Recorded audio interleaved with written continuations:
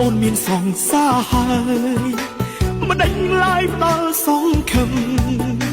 ឲ្យបងរំដល់ថ្នាក់នឹងទើបដឹងអូនមានគេពេលដែលបងតាមស្រឡាញ់ស្ងួនមិនដាច់ធ្វើខ្លួនដូចនៅតមនេអូនលេសើចពេកហើយវាមេអូនដឹងទេបងឈឺប៉ុណ្ណាហេតុអ្វីក៏ហក់បងថាអូនគ្មានសង្សារហេតុអ្វីក៏ហក់ថានៅឯកានាងដែលអូនមានគេក៏ហក់បងធ្វើ